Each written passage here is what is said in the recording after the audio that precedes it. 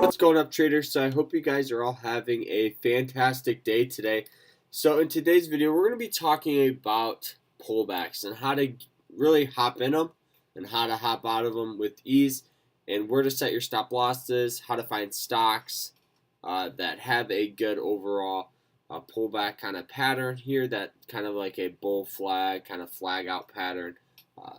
And you can pretty much make very, very good money. I made 72 bucks within the first probably 15 minutes of the market open, and I called out this stock. So it was actually very, very easy. There's no issue with it. Had perfect risk to reward. I can't even talk ratio.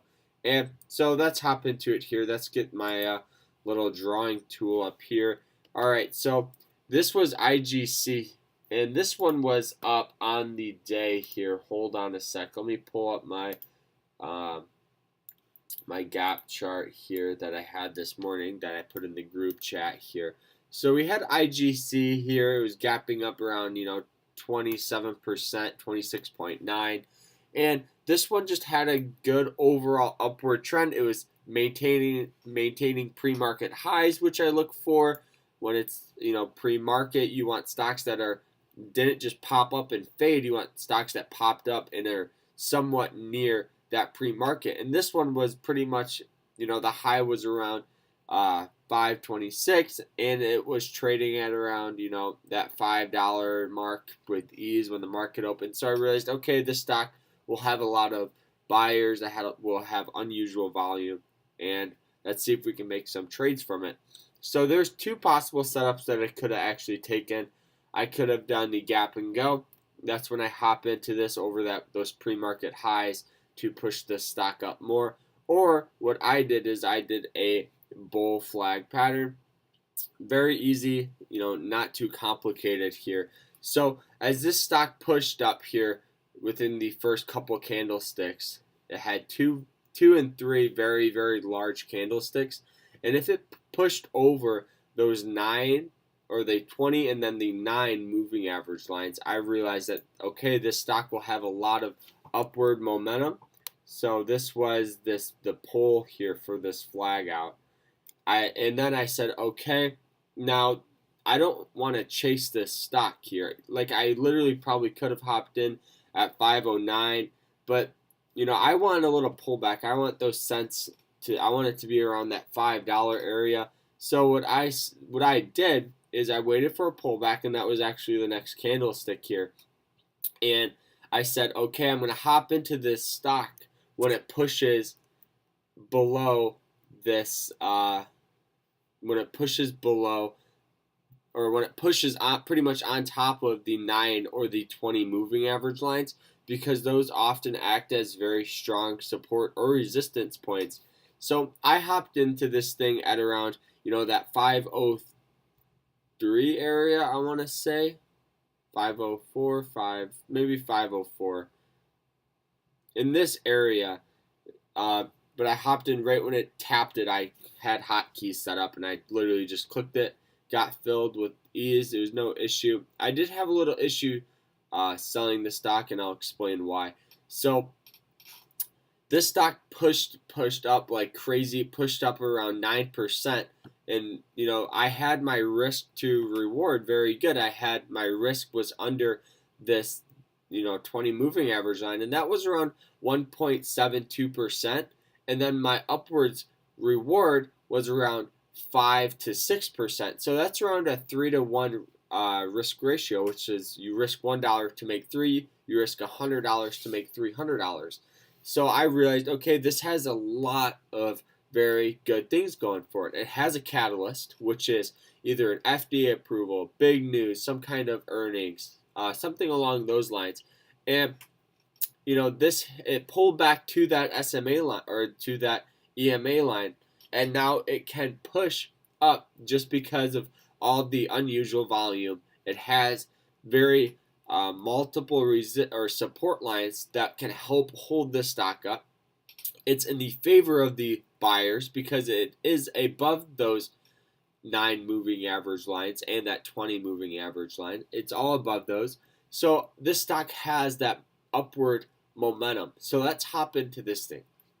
So I hop in, and this literally took 3 minutes. I was a little nervous on this candlestick right here, this big one, but right when I saw this buying pressure with ease, I wasn't worried at all. It broke over these pre-market highs, continued to push up with pressure, and if you know anything about the gap and go, is when the stock pushes up over those pre-market gaps, that it normally will take a little pullback and test that previous resistance as new support. But I was already out of this stock here. I hopped out, on this green candlestick, and there was an unusual amount of volume on this. It took around 5 seconds for my order to get filled.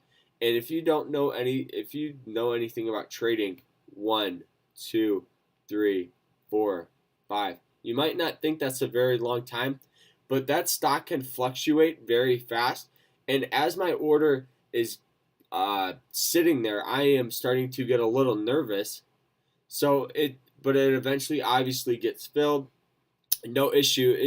That happens sometimes when the market's crowded, and that's why a lot of people don't like to trade in a little overcrowded market, is because you'll have a lot of issues buying or selling a stock. You always have to keep that in mind. But that's why you got to use those hotkeys, because you can get in and out of trades a lot easier instead of saying, okay, I'm going to click buy up here, then I'm going to click sell right here. But rather than just bam, bam, bam, you can sell half your order, sell all of your order. It's very easy. I made a separate video explaining how to set it up on Thinkorswim. It's not too hard. But let's get back to that pullback. So this stock pushed up from this little pullback right here, pushed all the way up, bam, took profit with ease, pushed back down to this 9 moving average line. And now this is when you could have really hopped into this stock again. It's above those EMA lines. It has multiple resistant points. Here, I'll show you what I am talking about. So these pre-market highs act as a resistant point for this stock. So this thing literally tapped it and immediately got bought back up by buyers. And it had the 20 moving average line and the 9 that can act as a very strong resistance. So this thing is 100% in that buyer's favor. So if I was you, I should have really bought some more shares here, just because I would not have been chasing the stock, which is a rule that I have. Because when I first started trading, I would hop into this stock all the way up here, and it would immediately get sold, and I would be above or below my stop loss, and bam, I'm out of my account, and my account's blown up.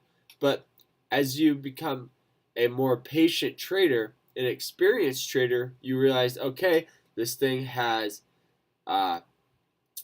unusual volume. This thing is kind of overextended. Let's wait for a little pullback here. Even on this green candle or in this red, you shouldn't have hopped in this, but you should have waited for a little tap of either the 20 or the 9 moving average line. So that's what I would highly recommend doing, is having these moving average lines set. And another way you guys can find stocks that are a little overbought is using the RSI line, or RSI down here. Hold on, let me move myself. I don't know. Let's move myself there. Alright, so the RSI line right down here, you guys can tell if a stock's overextended. Now you guys can see what I was talking about here, where I hopped in around here, sold all the way up in this area, but it was very overcrowded here, but I did make some very good profits. So that's it though. I hope you guys enjoyed this video. Please sure to like, subscribe if you're new, comment if you trade stocks, forex, or cryptocurrencies. I'd love to hear it. We do have a chat room for stocks, and it's just a very good motivated atmosphere here. As you guys can see, like I said, I called out the stock this morning. I was looking at multiple stocks, and we killed it this morning with our team. So that's it, though. I hope you guys enjoyed this episode. Please sure to like, subscribe if you're new. Take care, everybody. Oh, and remember to always stay happy, stay positive, and I hope you guys have a fantastic rest of the week.